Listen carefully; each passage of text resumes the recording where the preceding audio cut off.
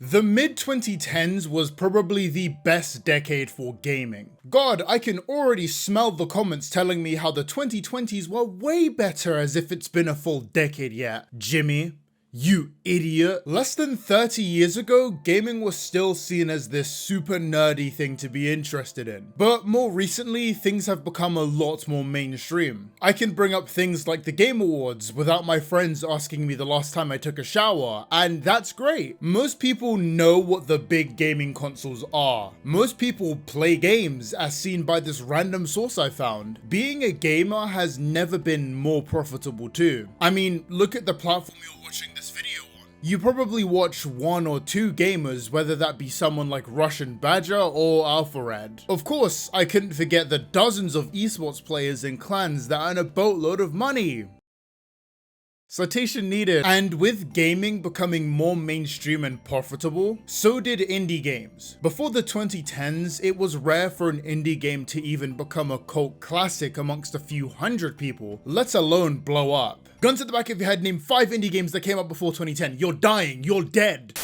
However, if I asked you to name 5 that came out after the 2010s, you'd be starved for choice and probably insulted with me only asking for 5. I mean, just to name a few, we have Undertale, Cuphead, Hades, Hollow Knight, One Shot, Celeste, Yandere Simulator. The 2010s were goated when it came to indie games. Okay, fine, mostly goated, but that's still pretty good. As someone who straight up despises big companies, I will always appreciate someone who is able to become their own boss and make their own game. Whether that's mostly alone or with a massive team they overwork. Completely unrelated note, but one of the indie games I somehow forgot to mention was Omori. I'm actually playing through the game right now and you know, fashionably late, but the game made headway when a bunch of streamers started playing the game due to the game's cutesy demeanor, which hides a psychological horror, which was unique about a decade ago before every indie game ever became an analogy for depression. Terrible takes aside, the company that owns Omori wasn't really known for anything beforehand. However, after Omori did just okay on Steam and online, the company behind it now frequently works with other big brands and collaborations, like HoloLive for example, a company with a lot of its own problems, but this isn't the time for that. This company, who I can't name for legal reasons, is one I respect a lot. I mean, I own a whole 2 pieces of merch that cost me way more than it should. I'm really enjoying Omori, and I have seen nothing but positive things about this company. Doubly so considering everything I know and love eventually gets corrupted by greed and or pedophiles. For some reason, I don't know. Thank God people like Toby Fox don't do anything wrong ever. Oh,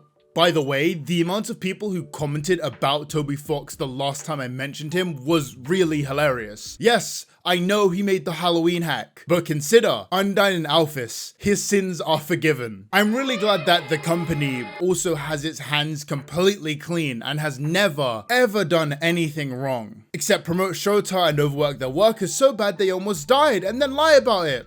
Minor stuff, really. Omocat is almost everything I described it as, and until about 3 weeks ago, I was sure that Omocat was one of the rare companies that wasn't bad, which isn't saying a lot considering the competition, but still, you know it meant a lot to me knowing something I'm growing to love wasn't created by sacrificing 99 souls or something. Instead, it was only one, allegedly, which is where we get to the point of this video. Recently, I started seeing a lot of talks about Omocat and these perceived issues, and while my first thought was no source lol, I got nosy and 12 hours later here I am. So if you were like me and wanted to find out a little bit more about this company you gave money to, then here is the weird controversies of Omocat. But first, a quick word from our sponsor. You smell.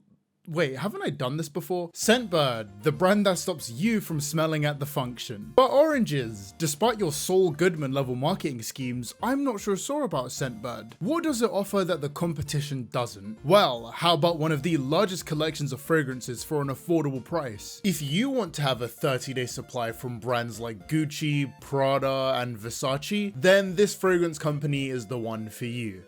And Scentbird isn't sexist either. Both the men's and women's sections are filled with both big and small brands. They also have these really cool bottle designs that offer both ease of transportation and just kind of look really cool. You can get any of these every month for just $17. So if you live in the US or Canada, then try out Scentbird using my link in the description for 55% off your first month at Scentbird. Use oranges to get 55% off your first month at Scentbird. Now back to the video. Omocat was founded in 2014 and has managed to garner a lot of attention in the now decade since. And with this decade of existence, obviously becomes a crap ton of call out posts, and the first one is something I've covered a little bit before. Screenshots from 10 years ago. My favorite. I hope these people hold everyone to this standard, including themselves. The Omocat Twitter account was found to have posted multiple tweets about Shota. For anyone who doesn't know what Shota is, here is a short rundown. Wait, I'm not a fucking wiki page. Literally all of the tweets in this blog post are from 2014 or earlier. While my original response was to say get bent and then move on, I realized I still cannot do that until I stop seeing posts like this in general, because these posts just ignore the fact that a person can live and learn. If everyone was always supposed to have these decade-old posts attached to them all the time, then no one would be able to grow in any way, and like half of the things I like wouldn't be a thing. And this isn't like a, wow, finding this out made me hate Omori now,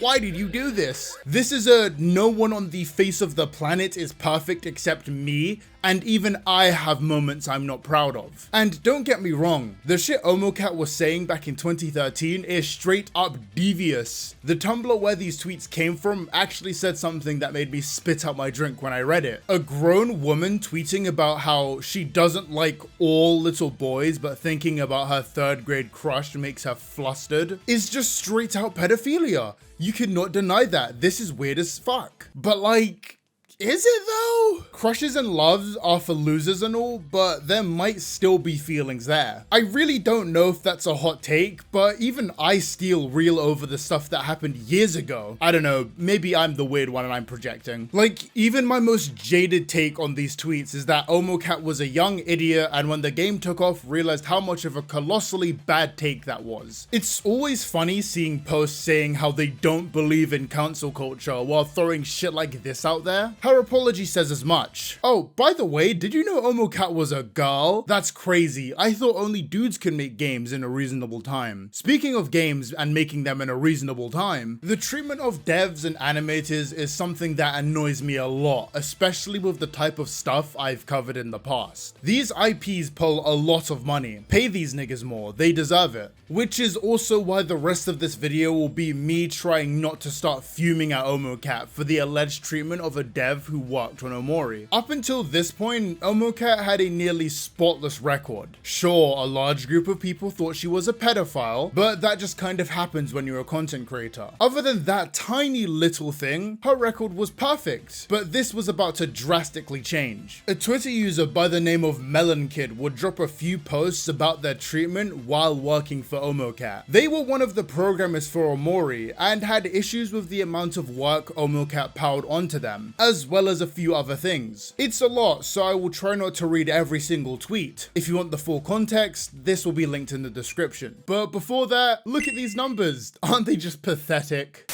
Hi, I'm Bored Oranges, wannabe millionaire and part-time influencer. Sorry, I gagged. I want to hit 100k before I die of old age, and you can help by hitting subscribe. Only about 20% of the people who watch my videos are, so if you like my content and find yourself coming back, then hit subscribe. It has a cool little rainbow effect every time I say it now. Subscribe. Subscribe. I have a Discord, we host bi-weekly events, and the members are just the nicest community of people. I have a Twitter and Instagram, which you should check out if you want to see my unhinged posting. And if you're feeling generous, you could give me your money. My legal team has informed me that that last sentence might give the wrong impression. Channel memberships give you all the benefits listed on screen, so do that if you have money to spare. I really need to buy a 3rd Nintendo Switch. Anyway, back to the video. Fuck it, whatever, I'll just air out all my grievances now. I don't feel like carrying this shit anymore. I joined the Omori team in 2019. I remember being invested in the production right away because getting paid to do dev work on a game I like is basically my dream. I went crazy on it. I worked harder than I ever have in my life. I did not spend a second on the clock even slightly dicking around. I would regularly work like 12 to 18 plus hour shifts just because I wanted to. People would leave for the day, come back in the morning and see me still working. By some divine miracle, I somehow kept that up for like half a year. I felt totally fine the whole time. I was flying, bro. And my smarter friends sensed something was wrong and tried to pull me away from work, but Omo resisted because at the time, I was like her golden workhorse. Anyway, fast forward to the 6 months later and I crash and burn out of nowhere. I am straight debilitated. A lot of that was my own doing, of course. I'm under no illusion about that. But when it happened, Omo suddenly started treating me like garbage. She didn't believe me and said I just didn't want to work anymore and demanded a doctor's note, and I was like, are you fucking serious? She would guilt me until keep working as hard as I did before despite the blatant toll on my body and say she expected better of me and would constantly downplay my illness. I felt miserable physically and emotionally. She made me feel even worse about it. And it's like, this feels really shitty, but fine, it is what it is. Forward again to release. I'm really excited about the launch of the game. I put so much energy and emotional investment into this project. The thing I love the most about dev is seeing the game release and watching people play and enjoy the game. Right before the game launches, Omo pulls the rug from under me and suddenly comes out to say that she's taking back the royalty she promised earlier in the year. It soured the entire fucking launch. I couldn't even enjoy the one thing I spent a year working on and looking forward to. She goes on to say she put my royalties to a vote and said, I thought you deserved it, but everyone else voted no. What kind of manipulative bullshit is that? Excuse me? Actually, I made a post like this shortly after Omori released, but the entire team banded together Voltron style and begged me to take it down, and because I'm fucking weak, I did. I'm still fucked up by the burnout I gave myself. I'm sore all the goddamn time. It didn't used to be like that. Sure, my fault, I own it. But to treat me like shit and act like I'm lazy, actually fuck yourself. Oh, and I don't show up as a member of the dev team on either their game website or on the Wikipedia, even though I show up in the actual game credits like 3 different fucking times. That's interesting. I wonder what that's all about. First thing that popped into my mind when I read this was, I don't have evidence for anything, which obviously isn't good. But then I also realized producing evidence for a lot of this might be harder than a lot of people think. After a bit of thinking and comparing, I think I have an answer to the question of, should this be believed? And the answer is, yes.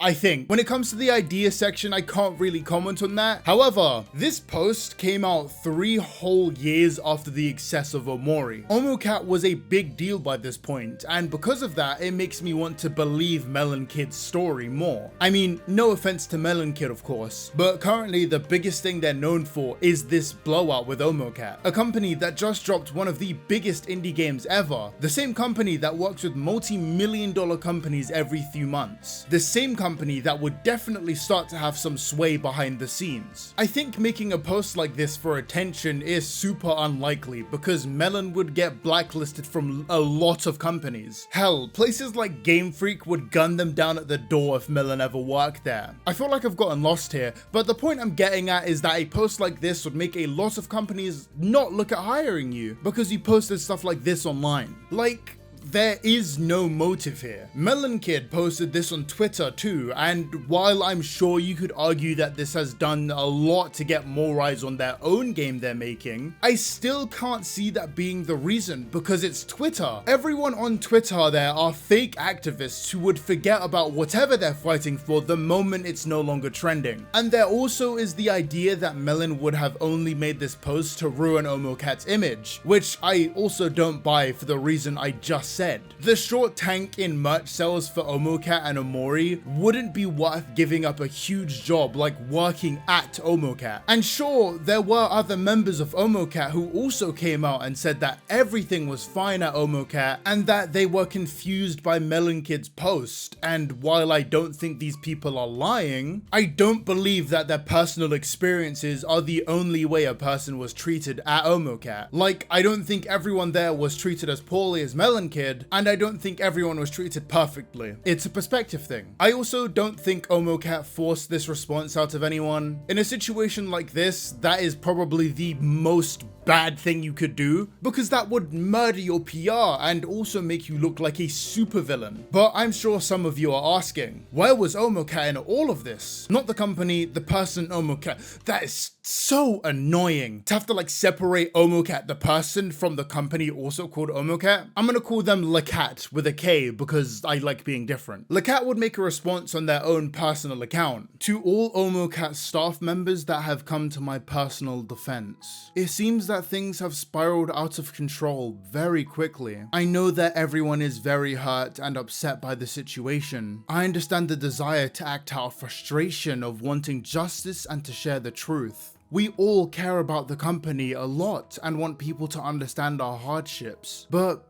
please don't try to act rashly. Take care of your own needs and put your own health first. Let's take it one day at a time. Omocat, myself, and the company will be okay, regardless of the situation or what people say. We'll be making things no matter what, and that's what's important. I'm sorry about the strain this has put you all under. Well, that was a whole lot of nothing. I'd expect this kind of response on their business account, to be honest, because this was the most stock standard response to something like this. If this was the only response, I would have ragged on it much harder, but the actual Omocat account would make a statement regarding this. I'll do it in parts because this is like the most I should bang my head against the wall and clap kind of apology, where parts of it are really good and other parts are, well,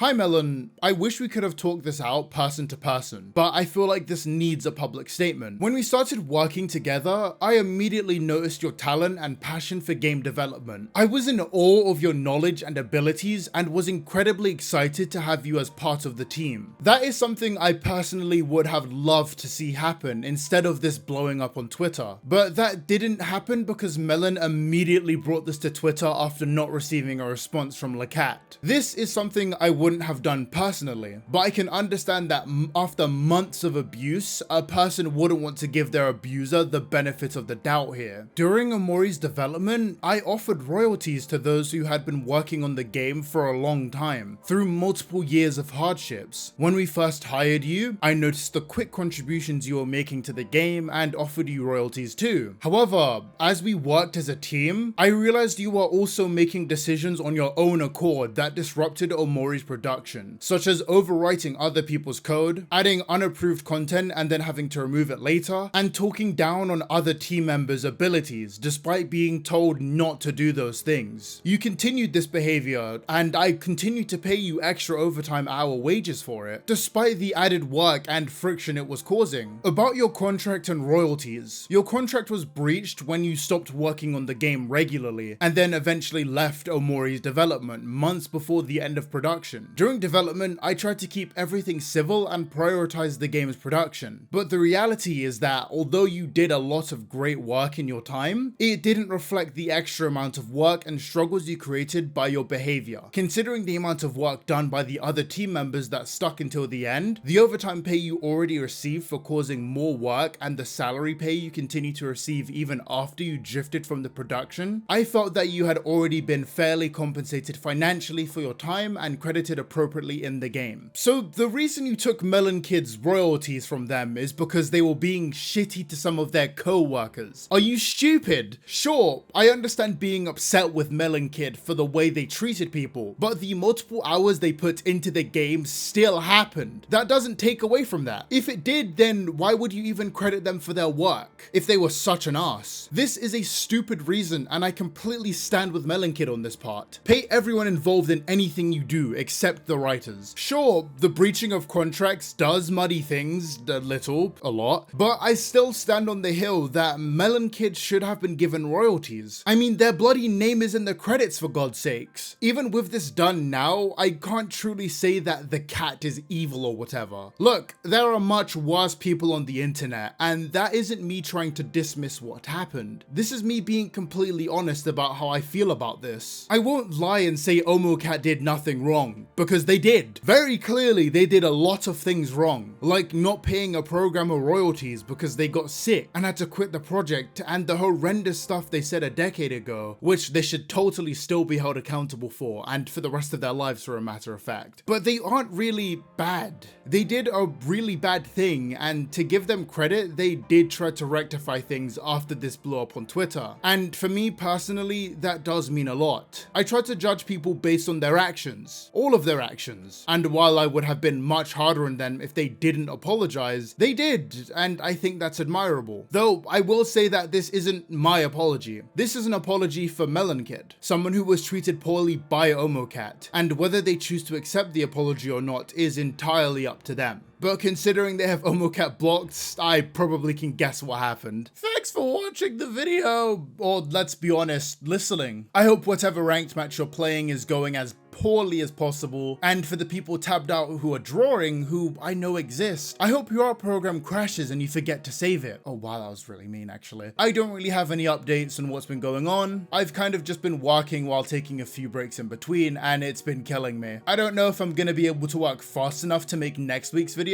We'll see. I might be able to pull off a miracle. Anyway, before I go, I want to thank my $5 channel members. Sorry, I almost burped. Some Dude, Levi, Sabin, The Wolf Drake, Hobby Yellow, Nate Rassman, Israfel's Fire, King Johnny TH445, Ant, Pwep, Nakocho Official, Grizzly Bear 1996, and Kinda Snowy. I really appreciate them and their continued support. You should give me money too. With all the shilling out of the way, I think it's time to end the video. So thanks again for watching. See ya, lads.